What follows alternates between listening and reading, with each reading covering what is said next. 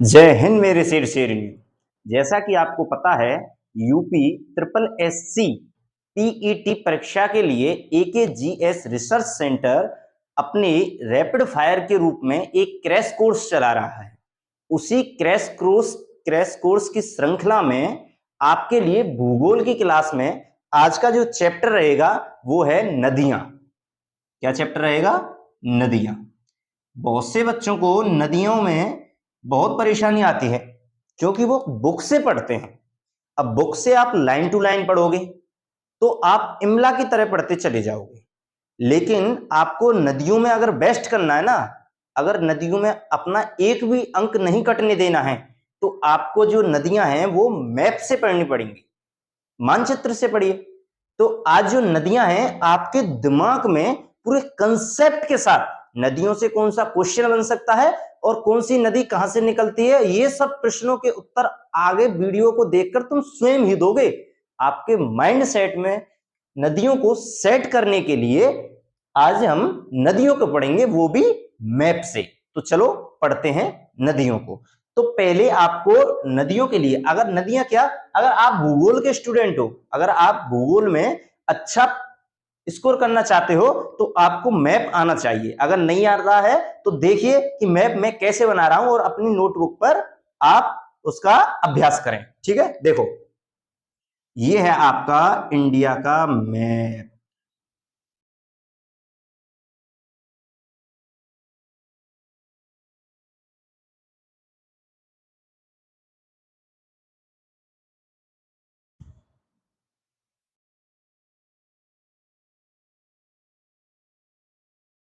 ठीक,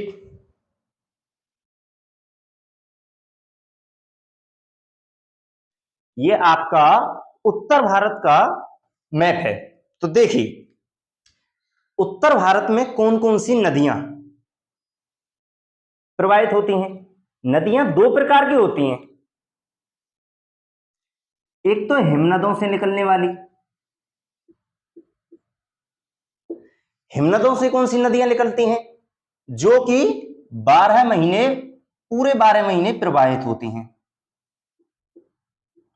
हिमनदों से जो निकलने वाली जो नदियां हैं वो पूरे 12 महीने प्रवाहित होती हैं। और दूसरी जो नदियां हैं वो हैं प्रायद्वीपीय नदियां। प्रायद्वीपीय नदियां, प्रायद्वीपीय नदियां ये दक्षिण भारत में बहती हैं। ठीक है, आप इतना आप समझ गए होंगे। तो चलो अब चलते हैं नदियों की ओर। जो उत्तर भारत है उसमें क्या है, जो बेरीनाग जो झील है उससे निकलती है आपकी झेलम नदी। और जो ये झेलम नदी है ये निकलते हुए इंडिया से बाहर निकल जाती है, भारत को बाहर निकलकर पाकिस्तान में पहुंच जाती है। अब देखिए इसका जो इंपोर्टेंट क्वेश्चन क्या बनेगा कि जो ये झेलम नदी है ये किस जगह से निकलती है। तो जो ये झेलम नदी है ये कहां से निकलती है? बेरीनाग झील से। ध्यान रखना, बेरीनाग झील से, लद्दाख से निकलती है बेरीनाग झील से। और ये कहां प्रवाहित होती है? ये है आपका पीओके। ये क्या है आपका? पीओके। तो भारत और पाकिस्तान की सीमा पर बहने वाली एकमात्र नदी कौन सी है? झेलम नदी। ये इंपोर्टेंट बन जाता है, तो इसको ध्यान में रखिएगा। पीओ की सीमा पर कौन बहती है? झेलम नदी। अब झेलम नदी का वेदों में क्या नाम था? क्वेश्चन बनता है। जो झेलम नदी है इसका वेदों में क्या नाम था? तो इसका वेदों में जो नाम था वो था बितिस्ता। ध्यान रखना, बितिस्ता। तो ये तो हो गई आपकी झेलम नदी। और अब जो आगे जो आ गया आएगा वो है आपकी चेनाब नदी। ये जो चेनाब नदी है ये आपकी दो नदियों से मिलकर बनी होती है। ये हिमाचल प्रदेश में एक तो चंद्रा नदी एक चंद्रा नदी। ये जो आपकी चेनाब नदी है ये एक चंद्रा और एक भागा, दो नदियों के मेल से बनती है। ये आगे चल के यहां मिल जाती हैं और आगे हिमाचल प्रदेश में जो ये चंबल नदी है, इनको इस जो चेनाब नदी है इसको क्या कहते हैं, चंद्रभागा। इन दोनों का जब चंद्रा और भागा दो नदी आपस में मिल जाती हैं, इनके संगम को कहते हैं चंद्रभागा, जो कि हिमाचल प्रदेश में होता है। तो इसका क्या नाम हो जाएगा हिमाचल प्रदेश में, चंद्रभागा। पूछता है कि जो चेनाब नदी है उसको हिमाचल प्रदेश में किस नाम से जाना जाता है, तो उसे कहते हैं चंद्रभागा। अब ये इसकी जो सबसे महत्वपूर्ण जो बात है कि सिंधु नदी में जो ये सिंधु नदी यहां से मानसरोवर से निकल रही है तिब्बत से, ये ऐसे जम्मू कश्मीर से होकर अरब सागर में जाके गिर जाती है, अरब सागर में जाके गिर जाती है। तो जो सिंधु नदी है उसकी सबसे लंबी सहायक नदी भारत की कौन सी है, वो है चेनाब नदी। जो अंतिम जो जाकर मिलती है सिंधु नदी में वो चेनाब नदी है, और जबकि ये जो झेलम नदी है ये चेनाब नदी में जाके मिल जाती है। अब जो चेनाब नदी है इससे क्या क्वेश्चन बन सकता है, पहली बात तो जो ये चेनाब नदी है ये सबसे लंबी सिंधु की सहायक नदी है, ध्यान रखिएगा, सिंधु की सबसे लंबी सहायक नदी चेनाब नदी। अब इसको वेदों में किस नाम से जाना जाता है, झेलम को बितिस्ता के नाम से जाना जाता है और चेनाब को जाना जाता है अस्कनी के नाम से। तो ध्यान रखना वेदों में इसको क्या कहते हैं, अस्कनी कहते हैं। अब क्या है, इससे क्वेश्चन बनता है कि हिमाचल प्रदेश में चेनाब नदी को किस नाम से जाना जाता है, तो चंद्रा और भागा दो नदियों के संगम होने के कारण हिमाचल प्रदेश में इसको चंद्रभागा के नाम से जाना जाता है। तो अब आप चेनाब नदी में कभी गलती नहीं करोगे, ठीक है ना। अब जो आगे जो नदी मिलती है वो मिलती है रावी। जो रावी नदी है वो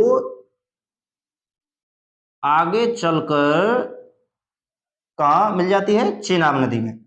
जो रावी नदी है ये निकलती है रोहतांग दर्रा से। अब क्वेश्चन क्या बनेगा कि रावी जो नदी है उसका उद्गम कहां से होता है, तो कहां से होता है, राफोर रावी, राफोर रोहतांग दर्रा। अब दर्रों के बारे में हम दर्रों वाली क्लास में पढ़ेंगे। तो रोहतांग दर्रा से कौन सी नदी निकलती है, आपकी रावी नदी। अब और क्या क्वेश्चन बन सकता है रावी नदी से, तो रावी नदी से और क्वेश्चन बन सकता है कि इसका वेदों में क्या नाम था, रावी नदी का वेदों में क्या नाम था, तो रावी नदी का वेदों में नाम पुरुषणी था। ध्यान रखिएगा, झेलम का बिदिस्ता, चेनाब का अस्कनी और रावी का पुरुषणी। तो रावी का क्या नाम था, पुरुषणी। पूछता है कि कौन सी नदी का नाम वेदों में क्या था, तो ध्यान रखिएगा रावी का पुरुषणी। और कौन से दर्रे से निकलती है, रोहतांग दर्रे से, ध्यान रखिएगा। और जब आगे कौन सी नदी चेनाब में जाके मिलती है, तो एक जो नदी जो सिंधु नदी में मिलती है और जो भारत के बाहर से निकलती है, तो वो एकमात्र नदी वो है सतलुज नदी। जो सतलुज नदी है ये राकसताल से निकलती है, तिब्बत के जो कैलाश पर्वत है उसके राकसताल से निकलती है। राकसताल कहां है, कैलाश पर्वत पर, ध्यान रखिएगा राकसताल कहां है, कैलाश पर्वत पर। यह क्वेश्चन पूछता है कि कैलाश पर्वत से कौन सी नदी निकलती है, तो आप बताओगे सतलुज नदी। अब कैलाश पर्वत से निकलकर जो सतलुज नदी है वो ऐसे भारत में प्रवाहित होते हुए आगे चल के चेनाब में मिल जाती है। और एकमात्र नदी जो भारत में ही सतलुज नदी में मिल जाती है, तो वो कौन सी है, ब्यास नदी। अब जो ब्यास नदी है वो ब्यास कुंड से निकलती है। ये जो ब्यास नदी है ये कहां से निकलती है, ब्यास कुंड से। और ब्यास कुंड से निकलकर ये कहां किस में जाकर मिल जाती है, ये मिल जाती है सतलुज नदी में। अब क्वेश्चन क्या पूछेगा कि सतलुज नदी कहां से निकलती है, तो भारत के बाहर तिब्बत के राकसताल से, किस पर्वत से, कैलाश पर्वत से। और जो सतलुज नदी है उसका वेदों में क्या नाम है, तो जो सतलुज नदी है आपकी, सतलुज जो नदी है इसका वेदों में क्या नाम था, सतुद्री। ध्यान रखना वेदों में सतलज का क्या नाम था? शतुद्री। तो इसको ध्यान रखना, पूछता है कि शतुद्री किस नदी का नाम है, तो सतलुज नदी का, ध्यान रखना। अब ब्यास का भी वेदों में कुछ ना कुछ नाम होगा। जब इन सब नदियों का वेदों में कुछ अलग नाम है तो ब्यास नदी का भी कोई अलग नाम होगा। तो जो ब्यास जो नदी है उसका वेदों में क्या नाम है? विपाशा। क्या क्या नाम है? विपाशा। तो ध्यान रखिएगा, किसी भी नदी का नाम पूछ सकता है वेदों के अनुसार, तो वेदों के नाम को आपको याद रखना पड़ेगा। तो ध्यान रखिएगा, आपको पूरा समझ में आ गया। देखिए ये झेलम हो गई, ये चेनाब हो गई जो चंद्रभागा से मिलकर बनी है, ये आपकी रावी हो गई, ये ब्यास और ये सतलुज। और ये जो पांचों नदियां हैं ये आगे चलकर एक बन जाती हैं चेनाब यहां पर। यानी कि अंतिम रूप में जो सिंधु नदी है उसमें जाकर कौन सी नदी मिलती है? चेनाब। इसलिए ही तो चेनाब सिंधु नदी की सबसे बड़ी सहायक नदी है। तो क्वेश्चन पूछेगा सिंधु नदी की सबसे बड़ी सहायक नदी कौन सी है, तो वो है चेनाब। ध्यान रखना, कहां पर जाकर मिलती है? मिठानपुर। पाकिस्तान में एक जगह है मिठानपुर, वहां पर जाकर चेनाब और सिंधु नदी का संगम होता है और फिर आगे जो सिंधु नदी है वो आगे चलकर अरब सागर में जाके गिर जाती है। तो ये हैं आपकी 5 नदियां जो सिंधु नदी में जाके मिलती हैं।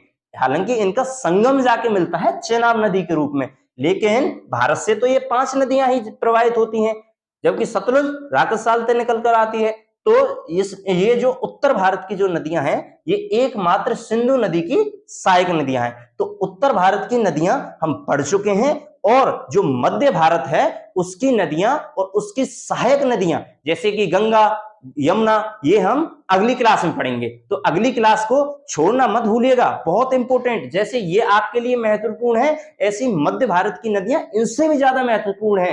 तो जो मध्य भारत की जो नदियां हैं उस क्लास को बिल्कुल भी ड्रॉप मत करिएगा, जरूर लीजिएगा, क्वेश्चन बनता है वहां से। तो मिलते हैं अगली क्लास में। जय हिंद, जय भारत।